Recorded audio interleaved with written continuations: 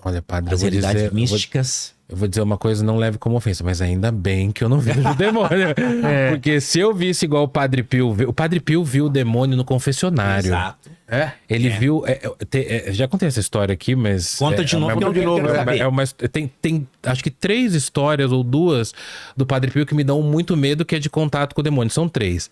A primeira história é quando ele. Porque o Padre Pio confessava as pessoas 16 horas por dia. Vivia no confessionário. Ele vivia no confessionário. Então, ele. Até quando ele foi investigado pela igreja por conta dos estigmas, proibiram ele de confessar. E ele foi ficando doente, foi ficando muito triste.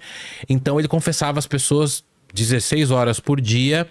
E é engraçado porque quem vai lá em São Giovanni Rotondo vê esse confessionário dele, e é um confessionário que tem 2 lados, então é para 2 pessoas entrarem. Então ele confessava uma aqui, virava e confessava outra aqui. Ele não saía do confessionário. Sim. E uma vez era tarde da noite, ele estava terminando a confissão, ele confessou as pessoas. Eu lembro que pelo relato que eu li das cartas do Padre Pio, ele termina de confessar uma senhora que ele conhecia, e ele vê que tem um homem sentado de roupa toda preta, de chapéu assim embaixo, ele não vê o rosto, e esse homem chega pra ele e se senta sem falar nada dentro do confessionário. E ele já estava cansado, ele não consegue ver através daquelas achuras ali quem que é. Ele fala: meu filho, pode começar, vou te confessar. Só que esse homem começa a confessar coisas e falar mal de Jesus, assim. Do tipo: olha, eu fiz tal coisa, porque nas cartas não falam o que esse cara pecava. Só que quais eram os pecados dele. Mas ele falava que ele colocava Jesus como uma figura do tipo: não, Jesus não pode perdoar isso aqui, então acho melhor eu continuar pecando. Então ele falava contra Jesus, esse homem. O Padre Pio, muito audacioso, começa a entender que não é uma pessoa comum que tá ali. E aí esse homem vai confessando coisas muito cabeludas, né? Inclusive no relato eles usam essa palavra, pecados muito cabeludos. E aí o Padre Pio, e aí o homem fala: eu gostaria de saber qual é a minha penitência, né? Que geralmente vocês, os padres, dão uma penitência, uma oração. Isso. E aí o Padre Pio fala assim: antes de eu te dar a penitência, eu quero que você só repita comigo: viva Jesus, viva Maria. E nessa hora ele diz que ele vê, sabe, uma faísca de fogo fazendo ele vê uma faísca de fogo, sobe um cheiro horrível no ar, e ele percebe que ele tinha confessado. É o demônio que estava ali querendo fisgar o Padre Pio. Então, quer dizer, ele vê o demônio, o Padre Pio. Ele não é uma miragem, é uma visão mística também. Na outra história de demônio do Padre Pio, que essa acho que me dá mais medo, era uma noite de verão, ele tava lá no... Antigamente falava convento para padre também, não é, Paulo? Não. Depende. O seminário. Padres, diocesanos é seminário. Convento pode ter padres, mas são para religiosos. E para ele... E do Padre Pio era mosteiro? Sim, é mosteiro ou convento, porque ele era capuchinho, né? Isso, então. Ele era frei. Porque nos contos falam... né? Falam convento. Então fala que ele tava no convento à noite, era uma noite de verão, e ele tinha um outro... Eu não vou lembrar o nome do outro padre, que era um outro padre que sempre eles iam jantar juntos depois que ele terminava a confissão.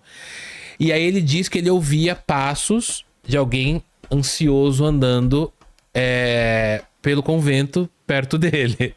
E aí ele fala: o padre tal deve estar ansioso, deve não estar conseguindo dormir porque tá muito calor. Vou convidá-lo pra gente orar. E aí na hora que ele sai na varanda dele, que era uma varanda, acho que o 2º andar, que ele vai chamar o padre, ele vê... Essa é a descrição que eles dão na história. Ele vê como sabe aquelas gárgulas de igreja que tem formato do diabo, assim? Sim. Ele vê como se fosse uma gárgula dessa, só que com uma cara de cachorro. E aí ele vê em cima do telhado do outro lado. Ele diz que nessa hora ele já se joga pra dentro do quarto dele em formato de cruz, se joga de bruço no chão e começa a rezar invocando Jesus para que aquilo não atacasse ele. E aí diz que, pelo relato, o Padre Pio conta que essa criatura pula pra varanda dele. Meu Deus do céu, eu imagino isso.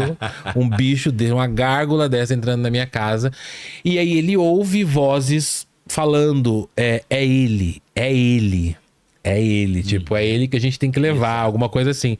E ele começa a rezar, e aí ele diz que essa criatura também vai embora e ele não é levado, ele não é atingido. Num outro relato que eu também achei muito interessante, e esse relato eu escutei de frente com o quarto que era dele, com a cela dele lá em São Giovanni Rotondo, a guia que contou que uma vez, toda vez que ele lutava com o demônio, ele saía machucado, né? Ele voltava ferido fisicamente. E aí ele avisava pros padres, ele sabia quando o demônio estava se aproximando, e ele falava pros padres: não me ajudem. Vocês só vão me ajudar em tal momento quando eu chamar. E aí os outros padres ouviam as batalhas dele com o demônio de dentro do quarto. E aí, quando deu por volta das 3 da manhã, fez-se um silêncio, depois daquela barulheira dentro do quarto do Padre Pio. E aí, os outros padres começam a ouvir uma voz bem, bem baixinho. Podem vir, podem vir. E eles falam: Padre Pio agora tá precisando da nossa ajuda. Quando os outros padres abrem a cela dele, os ferros da cama dele, que são de ferro, também estão retorcidos. Então dá pra ver que o demônio gosta de retorcer ferro, pra mostrar que eles têm poder.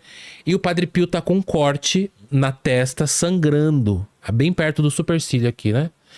E aí o Padre Pio diz pros outros padres: o demônio tentou arrancar os meus olhos. E aí os padres acodem ele, fazem um curativo, e no outro dia o Padre Pio, numa missa com o curativo, na hora que ele vai entregar a comunhão, uma mulher fica possuída. Exato. E fala com uma voz pra ele: ontem eu não consegui tirar os seus olhos, mas eu ainda vou conseguir. E depois ela volta a si. Então, quer dizer, são relatos do Padre Pio que ele tinha contato direto com o cão, com o demônio, né? Sim. E eram contatos físicos também, né? Também. Vexação. A vexação que você falou, né? Exato. Esses 3 relatos são os que mais me dão medo dele, assim. Porque... E assim, eu sempre achei, padre, que a igreja...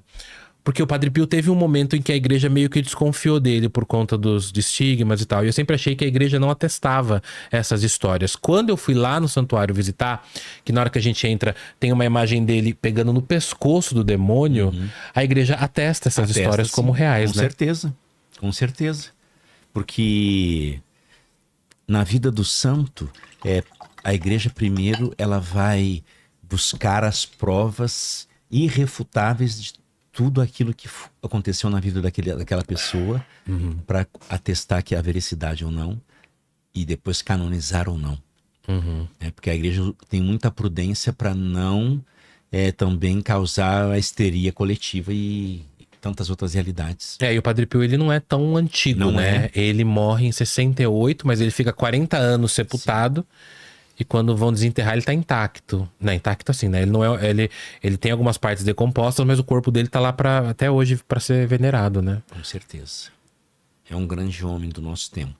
Mas o santuário dele, ele me deu uma... É muito forte a história toda, mas ele me deu uns medinhos em algum momento. o relógio, quando ele morre às 3h30 da madrugada. O relógio parou nesse momento. O relógio tá lá parado. Para na hora da morte dele? Para na hora da morte dele. Tá lá parado. Pá! Era, algum dos meus seguidores falando, era 3h29. Não, mas ele morreu 3h30. 3 da madrugada. Aí, tá vendo? 3 da madrugada tem alguma coisa aí. Essa né? hora também falam que é a hora do demônio, né? Porque o demônio, como ele não cria nada e gosta de Só copia. Às 3 horas da tarde é a hora da misericórdia, a hora que Jesus morreu na cruz. Ele vai trazer às 3 horas da manhã o oposto, inverso, a hora das trevas. Pois é. E coisas como brincadeira do copo, essas brincadeiras Ouija e tal, essas coisas podem atrair demônios para pessoa? Você já soube de casos São assim? brechas. Não soube de casos, mas... Essas brincadeiras. Sabe? Brincadeiras, elas sempre vão trazer para nós fundos de verdade. Por que, Vilela? Porque o mal, ele não está tão preocupado com a nossa intenção. Pois é. A gente fica muito preocupado com a intenção. Ah, a brincadeira do copo... Eu não tô querendo... É uma brincadeira inocente só, padre. Vamos só ver como é que é. Só pra ver como é que é. Só que o demônio, ele não está preocupado com a tua intenção. Ele está preocupado e ele fica observando... As brechas que você As abre. brechas que a gente dá. A ação que a gente faz para que ele possa entrar naquele lugar. É como dirigir bêbado. Exato. Você não tem intenção de atropelar uma pessoa, mas você correu o risco. Não, corre risco. E o demônio, ele não brinca em serviço. Por isso ele é um anjo. E nós precisamos lembrar aquilo que a doutrina da igreja nos ensina. É um anjo decaído. Um anjo, ele tem uma inteligência superior à nossa, um poder de observação maior do que o nosso, então ele fica só na espreita. Ele fica só olhando aquilo que é sujeição, aquilo que nos agrada. E na hora certa ele oferece. E a gente cai na dele. Cai na dele. E essa coisa de eu sempre vejo em filmes também, padre, de falar o nome do demônio, por exemplo. Porque falam muito assim, se eu adivinhar o nome do demônio, Ele perde a força. eu perdeu a força. Isso tem, é verdade? Existe isso. E ele é obrigado a dizer o nome quando você pede em nome de Jesus ou pede de uma forma certa de oração? Na oração? Nos cursos de exorcismo, a orientação que a gente tem é que a gente não dialogue com o demônio. Primeiro, porque o diálogo, ao invés da oração, vai dar o que ele quer. Depois, se você vai dialogar com o demônio, ele é o pai da mentira. Se você abre um diálogo com ele, ele pode começar a criar realidades fantasiosas ou da tua história, ou que você viveu. Não que ele saiba o que nós temos na nossa mente, mas tudo aquilo que o demônio sabe, e ele sabe, é porque nós mostramos para ele. A ponto de, num retiro espiritual que a gente estava participando, uma irmã estava atendendo uma pessoa aparentemente com uma ação extraordinária, que o demônio contou todos os pecados dela na frente dela Então? do padre e da outra pessoa. Então, mas não é que ele sabe aquilo que está oculto dentro de nós. Ele tá aqui, né? Ele sabe o que a gente faz. E outra, ele tá aqui desde o começo de tudo. Ele sabe o que você fez, o que seu pai fez. Exato. Ele tem então, acesso. você abre o diálogo para ele para saber o nome, ele pode entrar nessas coisas para nos destruir. Sexta-feira, 3 horas da manhã, onde o senhor estava? Aí o Homer já vai gaguejar. Eu tava em casa. Não tava. Você estava naquele lugar. Augusta. Tava na gandaia. Vou te dar uma dica, o diabo fala. Augusta, 3 horas da manhã, hein? Luzinha vermelha. Aí você tá falando comigo. Tô falando com vários Tá aqui. falando comigo. Também já, a orelhinha Jogou pra cima e caiu no colo? Exato, a orelhinha do Lene. Mas é verdade, né? A gente vê... agora. Eu já ouvi muitos relatos que se o padre, o pastor que tá fazendo o exorcismo, ele levanta tudo da vida do cara. Você é infiel com a sua mulher, ou você não sei o que do seu Se filho. você não... Por isso a necessidade da confissão antes da de santidade, né? de qualquer prática. Mas só pra gente encerrar a questão do nome, tudo bem, você pode questionar o nome. Mas se o diabo é o pai da mentira, quem garante Ele vai mentir. que ele vai falar o nome Mas dele? ele não é obrigado a falar, porque, por exemplo, Jesus O né? exorcista, ele é obrigado a falar a verdade. Isso. Mas só que ele é o pai da mentira. Raramente é um ou dois casos que Jesus, em algum exorcismo, perguntou O nome. o nome. Um ou dois casos. A maioria dos casos ele não perguntou. Ah, é? Porque isso não é o mais importante. Agora, na televisão, os caras entrevistam o demônio, né? Na televisão. Você vê na madrugada... Da onde você vem? O que você faz aí? Exato. E tem aquelas vozes. Pra Que nunca ele é a voz veio? do Tiririca, né? Ô, abestado. É o demônio abestado. É menino ou menina? É a demônia. Mas é engraçado isso, né? Às Mas vezes você vê umas coisas, parece uma entrevista com o demônio, Sim. só manda ele embora, né? Só manda ele embora. E a pessoa, quando você vê que ela inflige, se machuca e tal, depois que o demônio sai, é curado isso ou tipo, fica as Depende feridas, do fica... caso. É? Depende do caso. Tem casos que não aparecem, tem casos que aparecem, né? Sério? E aquilo, quando o demônio sai, volta ao normal ou tem uma cicatrização Então, é normal? nisso que a gente está falando. A princípio fica normal, ou dependendo do caso, não fica. Não É porque fica, não às tem vezes? não tem um modus operandi. Tá. Cada caso é um Cada caso. caso é um caso. Existem casos que a pessoa começa a colocar para fora do corpo agulha e ferro e prego e Cara, coisa que ela não tinha. coisa que ela não tinha, não tem engolido, como né? sair. Exato. Que Ação doideira. E extraordinária. Essas coisas não dá pra entender, né? Não dá pra entender. Que se eu ver um negócio desse perto de mim, assim, eu acho que eu não... Não, e Porque outra- você me falando já me choca. Mas agora você imagina você vê uma pessoa... Ela bota um Tem o negócio... lado ruim, Que é você ver uma coisa dessa e ficar assustado, mas o lado bom é que você fala, pô, então existe alguma coisa além do mundo material. Esse eu acho que é o lado ruim, porque, porque às vezes a gente fala assim, não, gente, mas eu acho que... Porque eu já usei muito padre da negação. Falei, não, gente, eu não acredito no demônio. Não acredito, ele não existe. Esse Aí é o você maior- vê um negócio desse... É o maior truque dele. É né? o maior truque, eu não existo. Aí você vê um negócio desse, a pessoa levita com uma cadeira igual o padre viu, aí você fala, desculpa a palavra, ué. ferrou, né? Mas é? Não é? Porque é uma coisa assim. E, padre, quem são os demônios? Quem que vai possuir essa pessoa? É Lúcifer? É Satanás? É Asmodeus? É Astaró? É Paimon? Eles têm nomes? Vocês trabalham com os nomes desses demônios? Tem a doutrina exorcística, tem muitos livros que trazem, né, diversos nomes de demônios, pelas práticas que nos antecederem, que foi transmitido pela tradição da igreja. E vale falar que eu falei esses nomes porque esses nomes são Os mais corriqueiros que usados nos conhecem. filmes. E- Pazuzu, né? Que é o do exorcista. Tem alguns nos filmes e tem na Sagrada Escritura, tipo Lúcifer, Asmodeu, Satanás, né? Então tem esses nomes, Legião, são nomes bíblicos, mas também Legião são vários.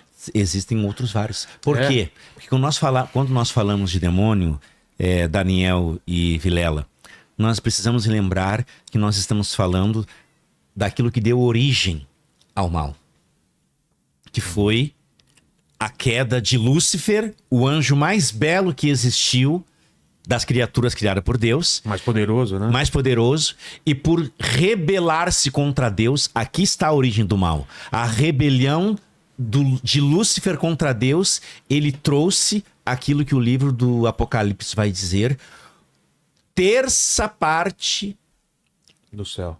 dos anjos, É muita gente, é muito anjo. ele trouxe consigo. Então, A lábia que esse cara tem. a hierarquia angélica que nós temos, os 9 coros angélicos que nós temos, que são fiéis a Deus, também existe na realidade do mal. São os caídos. Os anjos caídos. Então, cada coro tem X quantidade de anjos. Equivalência. Equivalência. Querubim. Serafins, os coros É. todos, eles têm, porque foram os decaídos.